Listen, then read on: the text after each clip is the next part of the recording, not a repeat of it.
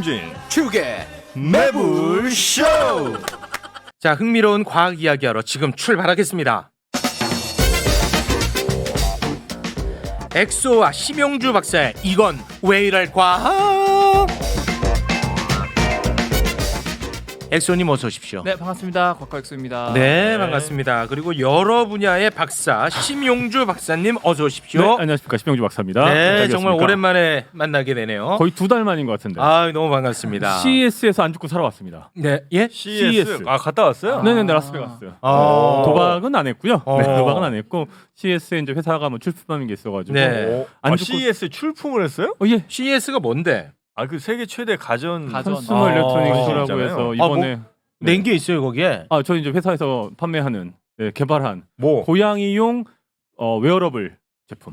뭔데?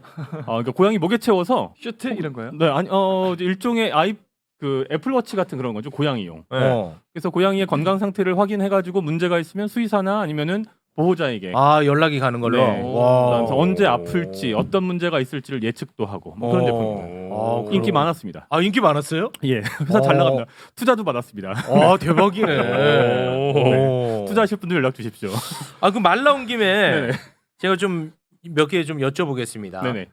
제가 뭐 어떻게 하다 보니까 아, 고양이에 좀 관심이 생겨가지고 고양이 예. 좋죠. 특히나 그 렉돌이라는 고양이가 너무 예쁜 거야. 아, 렉돌. 키우고 있잖아. 형 렉돌 키워? 정말요? 아, 그래? 몇 마리나? 한 마리 엄청 한 큰 마리. 고양이 아니에요? 아, 형 렉돌을 키워? 한 마리. 어때? 굉장히 그 개냥이에요. 근데 엄청 하여튼 사람하고 친근해. 아, 그래? 얘는 그래 하여튼 뭐 다른 고양이. 아니 그렇게 그런 걸로 유명하더라고 렉돌이. 아, 그래? 렉돌 자체 이름이 이 봉제 인형이란 뜻이잖아요. 네. 여기 좀 너무 관심이 생겨가지고 막 유튜브를 찾는데 네. 찾을 때마다 이 사람이 나오는 거야. 찾을 때마다. 제가 브리더로 활동을 하는 게 있어서 아, 그래요? 렉더로 실제로 브리딩을 많이 했었고요. 네. 네. 근데 결론부터 말씀을 드리면 이제 이분한테 전화를 해서 아, 내가 이거 키우려고 한다. 그랬더니 이분이 맷돌이 아니고 렉돌입니다. 렉돌. 렉돌을 왜 키우냐? 아, 진짜. 어이가 없네. 아, 레그. 네, 레그 돌. 레그돌이라고도 하고. 예. 돌. 봉제 인형. 네네. 예. 달려 맷돌. 이분한테 전화를 했더니 몇 가지 너는 테스트를 좀 받아야 된다고 하더라고요. 몇 가지 테스트를 하시더라고. 그래서 나는 안 돼? 탈락. 그래서 안 키우는 걸로 이제 결론을 지었어요. 그러니까 고양이를 저처럼 이렇게 쉽게 접근해서 키우다가 네. 결국은 서로가 힘들어지는 일이 많잖아요. 보통은 이제 개를 기르실 수 없는 환경에 있거나 여건이 되시는 분들이 이제 다른 대체물로 고양이를 찾는 경우가 많은데 보통 고양이는 이제 스스로 대소변을 본다, 뭐 산책을 가지 독립적이다. 않아도 된다, 심지어는 목욕도 필요 없다, 혼자 이제는 놔둬도 네, 된다. 다 된다. 이제 밥 이런- 먹을 때 옆에서 기웃거리지 않는다. 뭐 그런 얘기들이 다 있죠. 너무 좋은 거야. 그러고 들어가셨다가 이제 피를 크게 보시는 경우들이 많죠. 왜? 간단히 말씀드리면은 일단은 이제 알러지 문제가 개보다 훨씬 더 심합니다. 알레르기가 있는 분들, 알레르기. 비염 있는 분들은 절대로 접근하지 않는 게 예. 좋고 가끔 스핑크스처럼 털이 없는 개체들은 어떠냐? 털 때문에 문제가 생긴다라고 고양이 중에 털 없는 고양이. 네네네 오해하시는 경우들인데 그건 사실은 털 때문이 아니고 고양이의 침에서 나오는 특정한 단백질에 우리가 이제 이상 반응을 보이는 거거든요. 그래서 그래서 고양이들이 이제 자기 몸을 계속 핥으니까 그치요. 사람들이 털 알러지라고 잘못 알고 있는 거예요. 맞습니다. 그래. 그래서 털이 없는 경우도 문제가 되고 마지막 중요한 거는 이제 두 가지 포인트인데 하나는 고양이의 경우 가축화가 개보다 덜 되었기 때문에 사실은 어떤 면에서는 개보다 기르기 더 어려운 측면들이 있습니다. 어떤 측면에서? 훈련이 잘 안 되다 보니까 지시가 먹히지 않는 거죠. 지시 안 해. 난 지시는 이제 그렇고 이제 마지막에는 뭐냐면 저희가 이제 그 고양이의 측면인 건데 고양이라고 하는 동물도 분명히 개와 같은 수준의 지적 능력을 가지고 있고 그다음에 요구하는 바가 있거든요. 네. 근데 그것을 표현하는 것이 개보다 훨씬 서투르고 우리도 개만큼 그들의 마음을 잘 이해하지 못합니다. 그런 과정에서 적지 않은 고양이들이 우울증에 빠집니다. 특히 고양이는 집안에서만 기르다 보니까 모든 생물들은 새로운 환경에 대해서 어떤 그 변화를 얻고자 하는 그 만끽하고자 하는 의지가 있는데 사람들이 보통 고양이는 영역동물이라고 하는 어떤 타이틀을 씌운 다음에 너는 집안에 있는 게 행복하지? 라고 가정해 버리거든요. 그런 과정에서 수많은 고양이들이 우울증에 시달리고 있다. 우울증 걸렸는지를 혹시 알 수 있는 방법이 있나요? 거의 아무런 반응이 없는 것 자체가 우울증입니다. 보통 반응? 그러니까 반응. 얌전한 고양이라고 불리우는 고양이 상당수가 우울증에 빠집니다. 형 고양이 죽은 듯이 우울증이 있을 수 있습니다. 네. 특히 좁은 공간에서 기를 경우에 문제가 많아요. 제가 이제 공부를 막 열심히 했어요. 하다 보니까 인간의 너무 정말 그 비윤리적인 또 뭔데? 모습을 많이 발견했어. 고양이가 이 돌연변이가 생겨서 네. 인간의 눈에는 굉장히 예뻐 보이는 고양이들이 아. 있는 거야. 예를 들면 뭐 다리가 짧다든지 네. 뭐 코가 막 귀가 찌그러졌다, 귀가 접혀 있을 때. 네. 그게 이제 유전병이거든. 맞아요. 근데 그 유전병을 일부러 인위적으로 만들어내는 거야. 개들도 그렇지. 뭐. 걔들도. 네. 뭐 그러다 개 보니까 고양이나. 그런 고양이들이 금방 다 죽어버리는 수명이 거야. 짧아요. 눈에는 예쁜데 그게 다 유전병이거든. 한 가지 거기에 이제 제가 첨언을 네. 하자면 이제 그 동물권과 관련하여서 강하게 주장하는 곳에서는 그런 시각이 하나가 있고요. 그 다음에 실제로 공인되어 있는 품종의 고양이들은 수의사와 육종학자 그리고 유전학자들이 그런 부분을 스크리닝을 합니다. 그래서 그런 부분들을 최소화하거나 또는 문제가 되지 않는 범위 내에서 품종을 인정하기는 합니다. 그래서 그런 것에 그 어떤 바운더리 내에 있는 것들에서는 문제가 최소화되거나 없는데 그렇지 않은 세력들이 있는 거죠. 그걸 가지고 그냥 악용하는 세력들도 있는 오로지 거죠. 돈만 위해서. 네. 네. 근데 렉돌은 유전병이 없더라고요. 아 그래요? 네. 아. 그죠? 렉돌은 심장계통에 문제가 발생할 여지가 있습니다. 아. 그거는 이제 페르시안이라고 하는 종으로부터 내려온 어떤 그 심장의 네, 네. 비후를 유발하는 유전자가 렉돌 개체군 내에 조금 높은 빈도로 있다라는 리포트들이 계속 나오고 있고 네. 다만 이른바 윤리적인 브리더들은 그것들을 최신 기술로 없애기 위해서 계속 노력을 하고 있는데 그렇지 않은 이를테면 이제 이른바 그 이제 공장이라고 불리는 곳들, 네 그쪽에서는 문제가 좀 되고 있는 거죠. 그런 네. 검사가 안 이게 되고. 긁어달라고 할 때 뭐 머리나 이렇게 턱 같은데 긁어주는 건 괜찮죠? 네, 뭐, 그럼 좋습니다. 엄청 네. 좋아하죠. 네. 물리지 않는 범주 내에서 네. 하시면 아 돼요. 긁어달라는 얘기를 해요? 네, 이렇게 내 앞에 와서 갑자기 옆으로 픽 쓰러져요. 아, 예. 그래서 이렇게 자꾸 몸을 이렇게 막 해. 베베 꿔요. 베베 꽈요. 그럼 이제 어. 긁어주면 이제 좋아하거든. 어. 근데 이제 그 긁다가 한 10초, 20초 이렇게 긁다가 갑자기 애가 얼굴을 확 바꿔. 그러더니 왜 나 만지냐는 식으로 쳐다봐요. 맞아.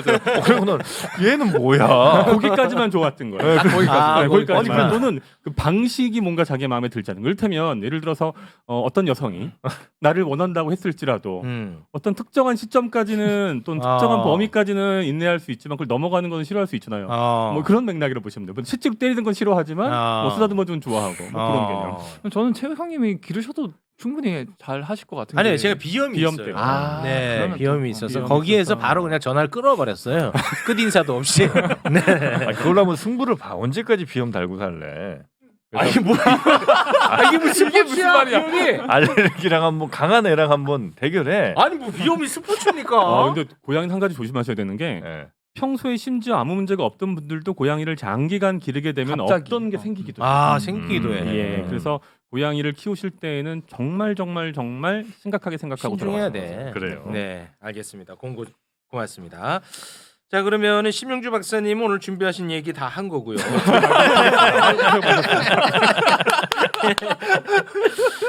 야, 뭐 오늘 준비한 거 그러면 약식으로 가죠. 짧게 그냥 예, 하겠습니다. 짧게. 네네. 남자들은 남자 여자 다 사실 서로 하면 좋은 거잖아요. 뭘? 아이 왜? 그거. 관계를. 아, 네, 관계. 관계를 할 때. 잠자리. 우리가 우리만 좋자고 하는 건 아니잖아요. 네, 서로 좋은 네, 겁니다. 그녀들도 좋은 거 맞죠. 예. 네. 그런데 왜 전체적으로 섹스의 주도권이라든지 또는 섹스를 얻고자 하는 과정에서 남자들이 여자들에게 조금 애걸복걸하거나 쭈구리가 되는지에 대해서 오늘 간단하게 3분만 얘기하고 싶습니다. 그게 무슨 뭐 이유가 있었습니까?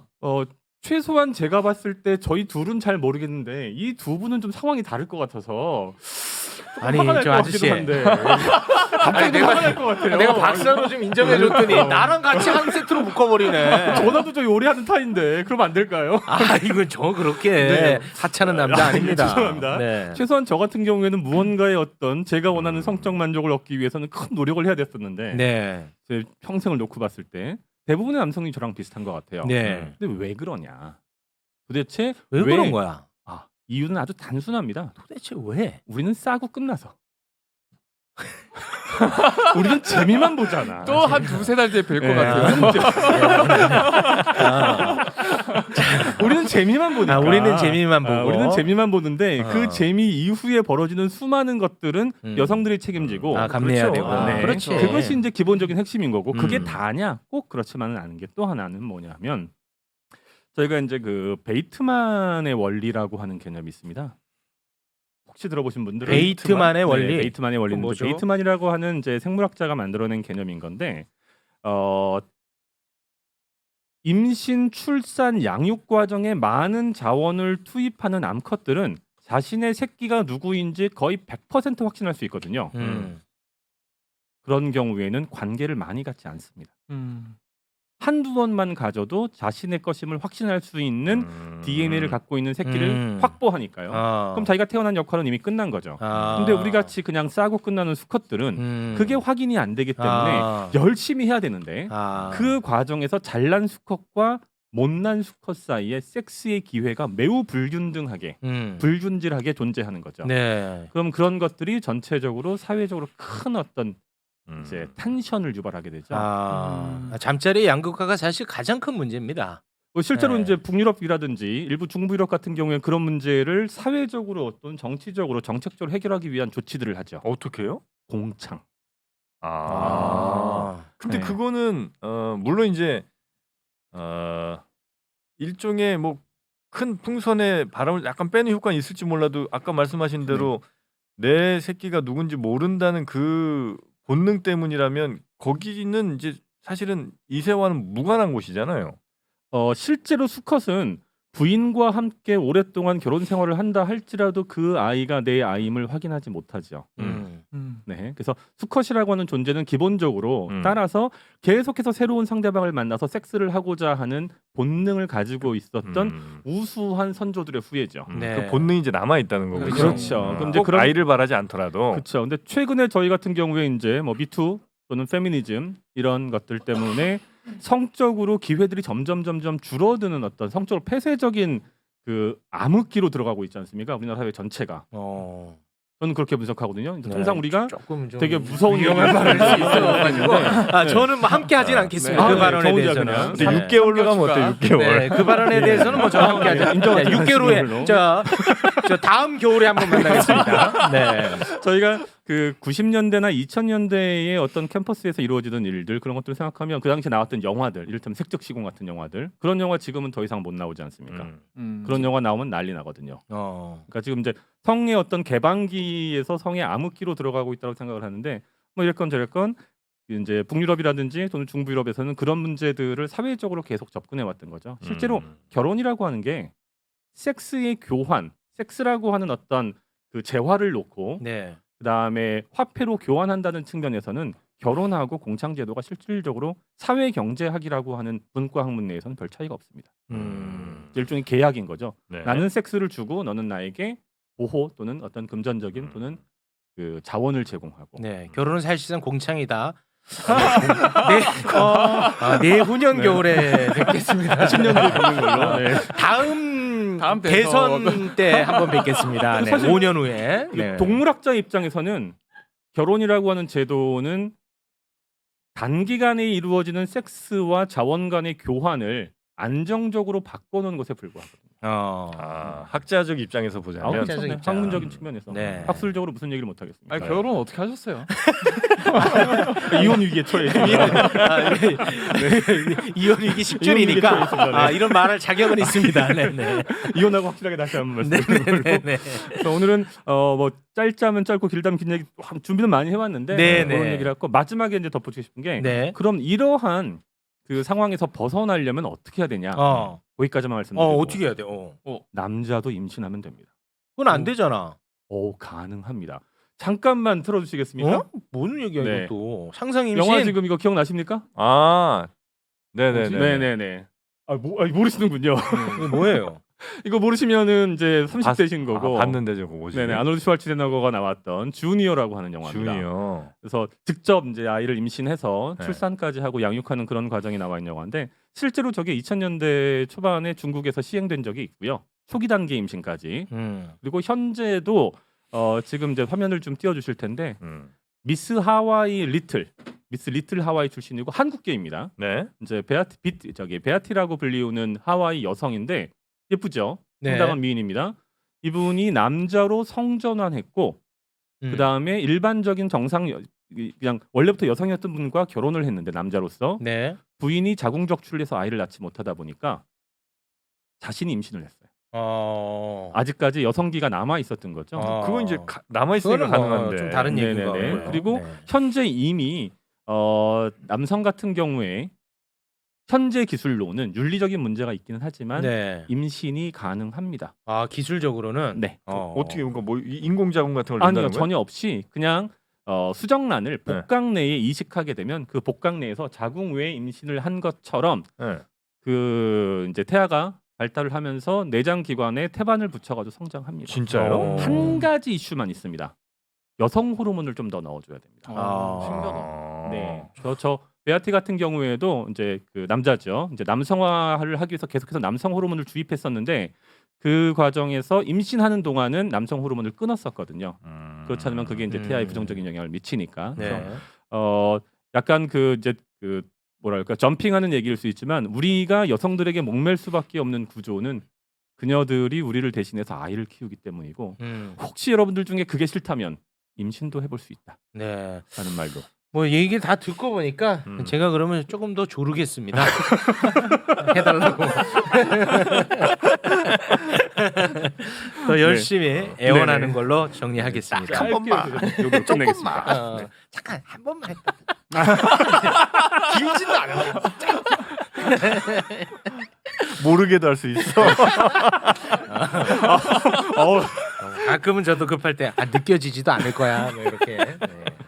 여기까지만 하겠습니다. 네. 대단히 고맙습니다. 자 그러면 엑소님 준비해 오신 내용으로 한번 가볼까요? 네, 사실 제가 저번에 아주 작은 양자역학 원자 얘기 좋았어요. 네, 그래서 이번에는 예. 아주 큰 세계 네. 이제 항성 태양을 이제 주제로 한 좀 그 에피소드를 가져왔는데 그렇지. 그 전에 제가 형님들 그리고 시청자분들한테 퀴즈를 내자면 네.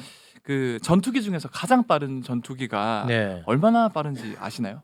전투기 중에 가장 빠른 전투기 얼마나 빠를까? 뭐 한 4, 5쯤 안 나와요? 6자리가 있었던 걸로 알고 있는데. 정확하게는 로키드사의 블랙버드라는 전투기가 있는데요. 네. 시속 4,000km 정도 돼요. 산산하면 마로 마로 치면은 하면은 소리 속도가 1이니까 한 3.3 정도 돼요. 3.3. 아, 그렇게 안 돼요? 네. 이것도 되게 빠른 거죠. 왜냐하면 네. 서울에서 부산까지 6분이면 가요. 와. 이걸 타면. 6분에. 네.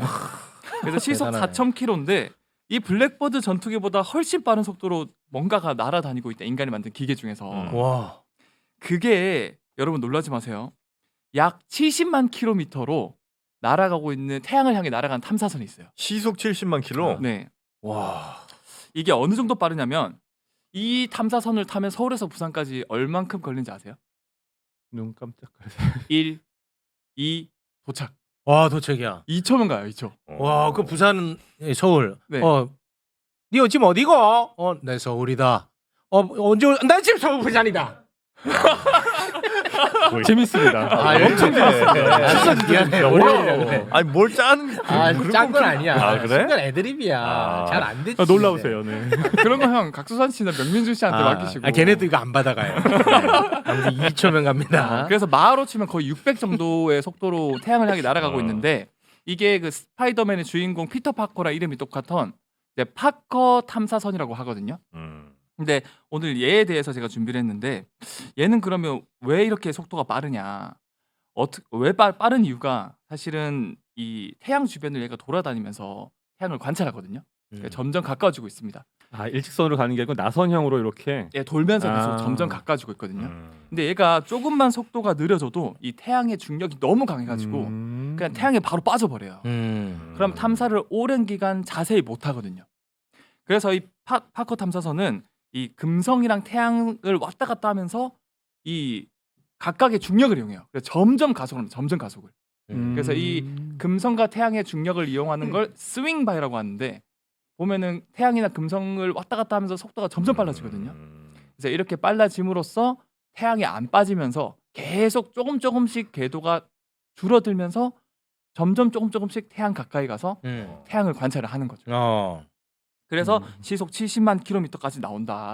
관찰한 거를 우리한테 보내요? 네, 계속 보내고 있어요. 그래요. 아 지금도 받아보고 있어요? 지금도 받아보고 있고 최근에 이 태양에 완전 근접했는데 그 동영상까지 왔거든요. 그건 제가 한 1분 있다 보여드리고. 와 동영상 있어? 사실은 얘가 태양을 향해 가는 목적이 뭐냐면 첫 번째 목표가 이 태양의 경계를 찾는 거예요.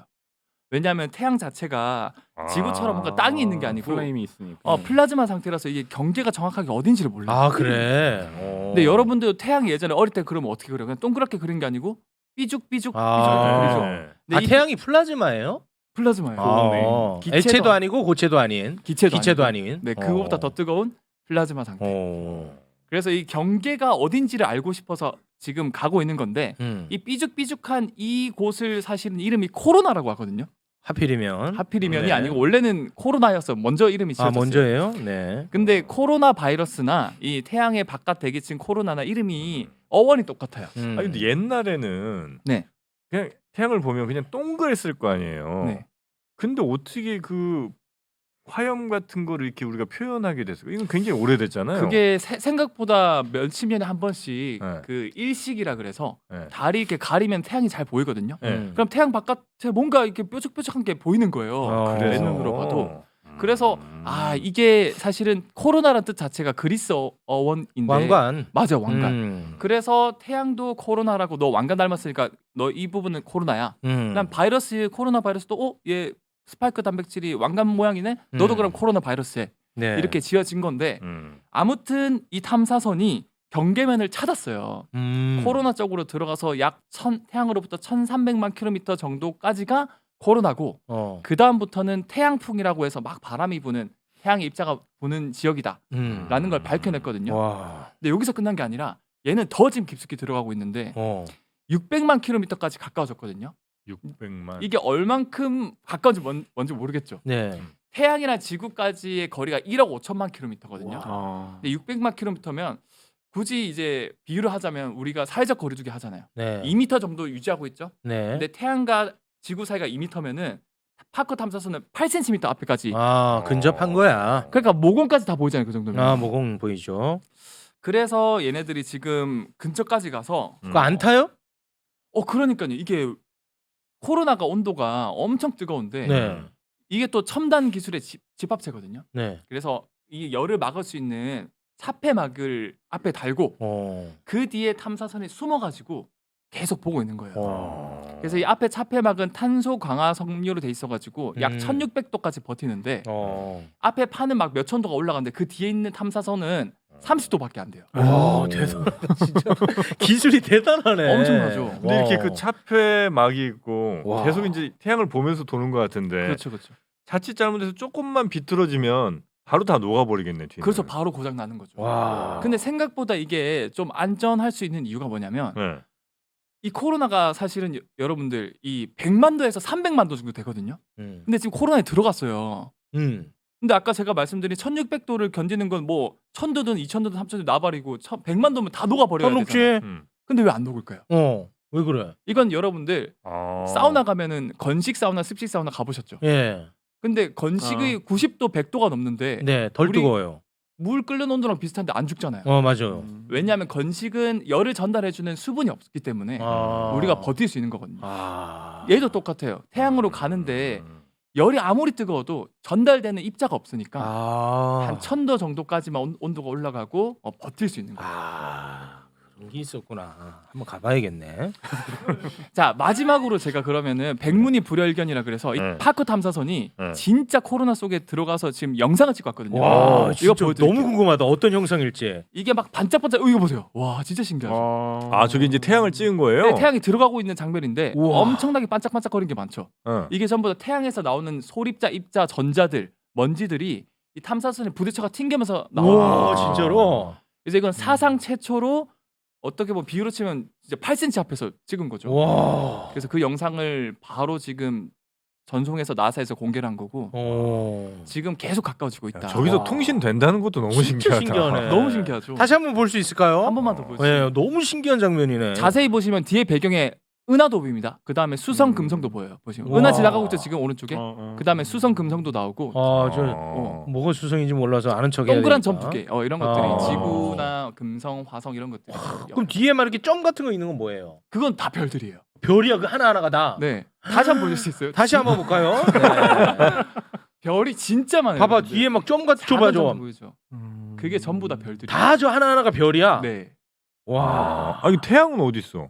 태양은 지금 직접 찍으면 렌즈가 탈 수도 있고 그래서 아. 일단은 근처로 가고 있고 이 탐사선의 목적은 사실은 태양을 찍는다기보다는 근처의 분석 장비로 자기장이 어떻게 바뀌는지 그 다음에 이게 결과적으로 경계를 찾는 거 플러스 마지막 목적이 있는데 태양이 한 10년에 한 번씩 엄청나게 크게 폭발을 하거든요. 이제 흑점 폭발 이런 것들이 쌓여가지고 네. 그게 태양풍이 생각보다 지구에 많이 도달하면은 이게 통신 장비를 다 고장이 나요. 위성도 고장이 나고. 그래서 이런 걸 이제 델린저 현상이라 그러는데 네. 이게 왜 그런지 아직도 원인을 잘 몰라요. 그래서 결과적으로 이런 태양풍이 왜 이렇게 비주기적으로 갑자기 폭발하냐. 특히 그때 상공을 날던 비행기는 기장이 피폭되거나 실제로 이게 일종의 태양이 쏘는 EMP탄이거든요. EMP탄은 들어보셨죠? 전자기탄이라고. 전자기탄이에요. 네. 옛날에 그 스타크래프트 할 때 EMP 맞아요, 있었던 맞아요. 것 같은데 맞죠? 네. 그게 굉장히 강력한 전자기장 때문에 모든 기계들이 다 고장 나거든요. 와. 그래서 피폭되거나 비행기가 실제로 추락할 수 있는 위험이 있기 때문에 탐사선이 가서 정확하게 어떤 원인 때문에 얘가 폭발하는지 이런 것들 원리를 알면 우리가 미리 대비를 할 수 있는 거죠. 그래서 그런 것들도 아마 곧 밝혀지지 않을까. 와 진짜 신기하다. 지금 언제까지 돌아요 쟤는? 얘는 7년 동안 24바퀴를 도는데 2018년에 발사가 됐거든요. 그러니까 한 2년 3년 정도 더 돌다가 마지막에 태양으로 떨어질 거라고. 어디서 쐈어요 저거? 지구에서 쐈죠. 아니 그러니까 어느 나라? 미국에서 쐈죠. 미국이야 또? 이 파커라는 이름 자체가 유진 파커라고. 한국 사람 아니에요? 아니요. 유진인데. 한국계는 아까 그 파커라고. 필리핀 네. 남자 인친. 네. 나사에서 역사상 어떤 탐사선이나 아니면 어디 국립센터 이름 지을 때 돌아가신 분들만 했거든요. 근데 유일하게 살아계신 분을 이름을 지어서 해주셨어요. 그만큼 대단하신 분이고 아무튼 뭐 스파이더맨의 파커도 있지만 이렇게 지구의 인류를 위해서 자신의 몸을 태우면서까지 지금 열심히 연구를 하고 있는 대단합니다. 파커 탐사선도 있다라는 네. 걸 끝으로 참 과학자들 대단합니다 정말 볼수록 대단합니다. 네. 자, 오늘은 여기에서 마무리를 짓도록 하겠습니다. 오늘 두 분 덕분에 아주 흥미로웠습니다. 네. 함께해 주신 두 분 대단히 고맙습니다. 6개월 뒤에 뵙겠습니다. 네. 고맙습니다. 감사합니다.